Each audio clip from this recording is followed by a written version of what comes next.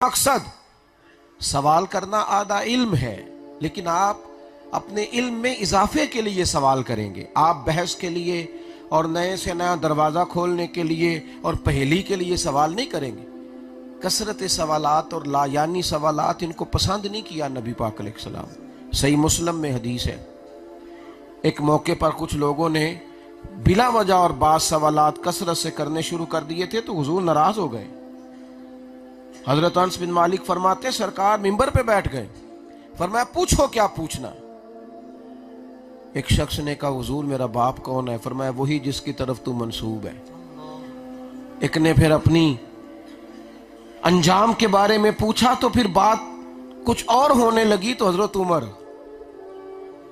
حالات کو بھانپ گئے کہ حضور کچھ لایانی اور بے مقصد باتیں بعض لوگوں نے کیا تو ناراض ہو گئے. تو حضرت عمر نے پھر دست بستہ ہاتھ باندھ کے کہا رضیت باللہ ربا وبالاسلام دینا وبسیدنا ومولانا محمد نبی و رسولا صلی اللہ تعالی علیہ وسلم کا یا رسول اللہ معاف کر دیں، ہم بڑے راضی ہیں کہ اللہ ہمارا رب ہے، ہم بڑے راضی ہیں کہ اسلام ہمارا دین ہے، ہم بڑے راضی ہیں کہ اللہ نے آپ کو ہمارا نبی اور رسول بنایا ہے. سوال تو کیا جائے گا. آپ بنی اسرائیل کی حالت دیکھیں نا، آپ وہ دیکھیں سورۃ البقرہ میں پہلے پارے میں ان سے کہا ہے گائے ذبح کر دو، تو کرنا تو عمل چاہیے تھا نا. اسے ذبح کرتے وہ کہنے لگے رنگ کیسا ہو، بچڑی ہو کہ جوان ہو، دیکھنے میں کیسی، کرنا نہیں نہ چاہ رہے تھے. تو کتنے انہوں نے سوالات کیے. رب کہتا ہے ذبح کر دی پر ذبح کرتے دکھائی دیتے نہیں تھے. علم سیکھیں عمل کرنے کے لیے، علم سیکھیں تاکہ خشیت پیدا ہو. نبی پاک صلی اللہ تعالی علیہ وسلم نے فرمایا اللہ تعالیٰ کا خوف حکمت کی جڑ ہے. اگر تمہارے دل میں اللہ کا خوف ہوگا تو رب تمہاری زبان پر حکمت جاری کر دے گا، تمہیں دانائی ملے گی، فہم و فراست، تمہارے فیصلے درست ہوں گے. تو علم کی طرف رغبت پیدا کریں اور مزاج کو علمی بنائیں، یعنی سیکھنے کا مزاج. جتنی ہم محفلوں میں جاتے ہیں، جتنے ہم جمعے پڑھتے ہیں، اگر سیکھنے کا مزاج ہونا تو ایک بات بھی روز سیکھی جائے نا، ایک بات کو بھی روز یاد کیا جائے، ایک حدیث پاک بھی روز ذہن میں آئے، قرآن مجید فرقان حمید کا ایک مفہوم بھی اپنے ذہن میں بٹھایا جائے، تو یہ چیزیں تو ویسے ہی بندے کے ذہن کو تازہ کر دیتی ہیں. یہ چیزیں تو ویسے انسان کو تازہ.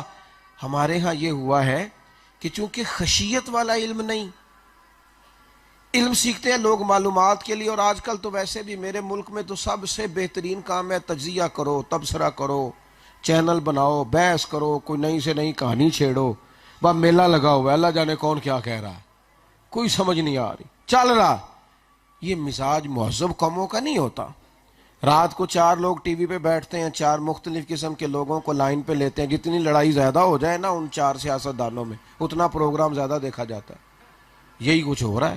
اور روز ایک نیا شک پیدا کیا جا رہا ہے، روز ایک نئی تشکیک. ہمارے لوگ تو دین سیکھتے تھے کہ تاکہ وہ اپنی عملی زندگی میں نکھار لائیں گے، اس سے نفع ہوگا، اس سے فائدہ ہوگا. اور اسلام اس کو پسند ہی نہیں کرتا کہ انسان کے پاس علم بہت زیادہ ہو اور عمل بالکل بھی نہ ہو. پسند اتامرون الناس بالبر وتنسون انفسکم وانتم تتلون الکتاب افلا تعقلون. اللہ فرماتے لوگوں کو بھلائی کا حکم دیتے ہو اور اپنے آپ کو بھول جاتے ہو، اور حالانکہ تم کتاب بھی پڑھتے ہو، تمہیں عقل نہیں. قول و فعل کا تضاد، کہنا کچھ اور کرنا. جب بندہ اپنے علم کے مطابق عمل کرتا ہے نا تو سب سے زیادہ سکون وہ خود محسوس کرتا ہے. اسے سب. اور صحابہ کا مزاج یہ تھا کہ وہ نا ان کے پاس جب کوئی بات آئی علم کی تو انہوں نے اس پر عمل کیا اور اس کا انہوں نے مزہ لیا.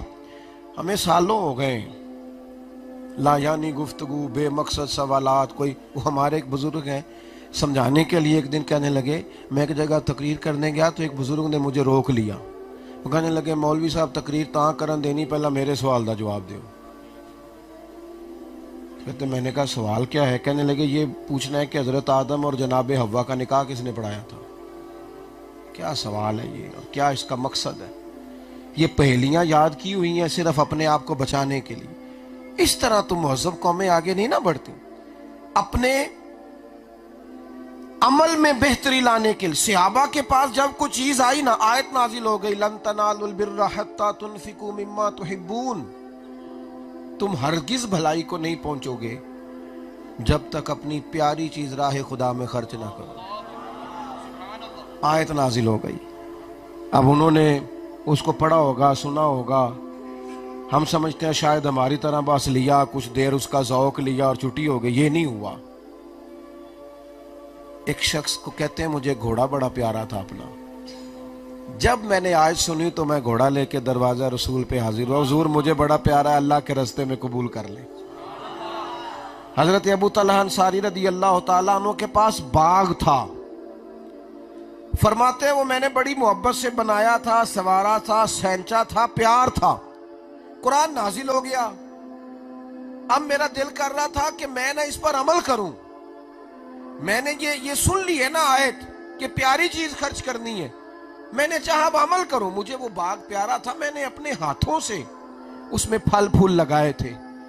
فرماتے ہیں میں وہ باغ کی بات لے کے حضور کی بارگاہ میں حاضر ہوا، یا رسول اللہ مجھے پیارا بڑا ہے۔ رب کہتا ہے بھلائی تب ملے گی جب پیاری چیز خرچ کرو گے، حضور میرا باغ قبول فرما لیں۔ یہ جو بندے کو مزہ ملتا ہے نا، یہ جو بندے کو سرور ملتا ہے نا، یہ جو ویسے بھی ہمارے ہاں نا کچھ لوگ ایسے ہیں جنہوں نے ارادہ کیا ہے کہ ہم نے نہیں خرچ کرنا، خرچ کریں گے کروڑ پتی لوگ، ہم نے نہیں خرچ کرنا، ہم نے نہیں دینا راہ خدا میں۔ کچھ لوگ خیال نہیں کرتے، اتنے غریب ہوتے نہیں لوگ ہماری گلی میں جتنا ہم شور کرتے ہیں، اتنے زیادہ غریب نہیں ہوتے۔ حکومت ہی آئے گی تو مدد کرے گی، اگر پوری گلی میں 3 لوگ غریب ہیں بھی تو کیا 50 گھر مل کے ان 3 لوگوں کا خیال نہیں رکھ سکتے؟ لیکن ہم مزاج نہیں نہ بناتے، ہم تو کہتے ہیں یہ حکومت کا کام ہے، ہمارا نہیں۔ ایک کھڈا بن گیا ہماری گلی میں، اس پر تبصرہ روز ہوگا کہ دیکھو جی یہ بلدیہ والے ٹھیک نہیں کر رہے ہو، خدا کے بندے تھوڑی دیر گاڑی سائیڈ پہ کر، اتر ذرا نیچے۔ ہم تو اس دین کے ماننے والے ہیں کہ میرے نبی پاک علیہ الصلوۃ والسلام نے فرمایا ایک بندے نے رستے سے تکلیف والی چیز ہٹا دی تھی، رب نے اس کے لیے جنت کا فیصلہ کر دیا۔ لیکن ہم سیکھتے نہیں عمل کرنے کے لیے، عملی زندگی میں نکھار لانے کے لیے ہم سیکھتے نہیں۔ میں آپ سے ایک سوال کرتا ہوں، آپ ماشاءاللہ ڈھیر سارے لوگ بیٹھے ہیں، سب نے وہ حدیث سنی ہوئی ہے نا کہ ایک بڑی گناہگار عورت نے کتے کو پانی پلایا تھا تو اللہ تعالیٰ نے اس بی بی کی بخشش کر دی۔ ہاں نا نہیں کیا آپ نے، سنی ہے کہ نہیں؟ چلو ہلکا ہلکا ایسے کر دیں، ہلکا ہلکا، زیادہ نہیں تکلیف دینی، ہلکا سا تبسم ہو جائے تزئین گلستاں کی خاطر۔ تکلیف تو تم کو ہوگی مگر چل تکلیف ذرا سی سہتا جا۔ سنی ہوئی ہے نا جی ماشاءاللہ، صاحب نے سنی ہے نا کہ ایک طوائف نے کتے کو پانی پلایا تو اللہ نے اس کی بخشش کر دی، سب نے سنی ہے نا۔ لیکن آپ صبح تجربہ کر لیں یا جب کبھی آپ کو موقع ملے تجربہ، سب نے سنا ہے کہ کتے کو پانی پلانے سے گناہگار بی بی کی بخشش ہو گئی، لیکن سڑک پہ کتا مر جائے نا کسی گاڑی سے ٹکرا کے، اب مر ہی گیا ہے، کوئی اتنی اخلاقی جرت نہیں کرتا کہ اسے کسی لکڑی سے اٹھا کے سائیڈ پہ کر دے۔ وہ گاڑیوں کے ٹائروں سے اس کا گوشت لگ کے اترتا ہے۔ کس لیے سنتے ہیں حدیثیں؟ کس لیے؟ وہ جی 2.5 گھنٹے تقریر سنی میں نے، کس لیے؟ کانوں کی لذت کے لیے۔ یہ میں نے آج کتاب پڑھی، یہ کل میں نے پڑھی، اور پرسوں میں نے فلاں کی بات سنی، اب اس نے اس کا جواب دیا۔ اس طرح تو میرے بھائی ذہنی الجھاؤ بڑھتا ہے، اس طرح تو تناؤ میں اضافہ ہوتا ہے۔ دین تو خوبصورت ترین ہے، اور دین عمل کے لیے دنیا میں آیا، اور نبی پاک علیہ السلام نے آسان کر کے۔ صحابہ فرماتے ہیں، حضرت عائشہ صدیقہ رضی اللہ تعالیٰ عنہ کہتی ہیں اگر حضور کو 2 چیزوں میں اختیار دیا جاتا نا، یا رسول اللہ صلی اللہ علیہ وسلم اپنی امت کے لیے یہ اختیار کر لیں یا یہ کر لیں، حضور وہ اختیار کرتے جو امت کے لیے آسان ہوتا۔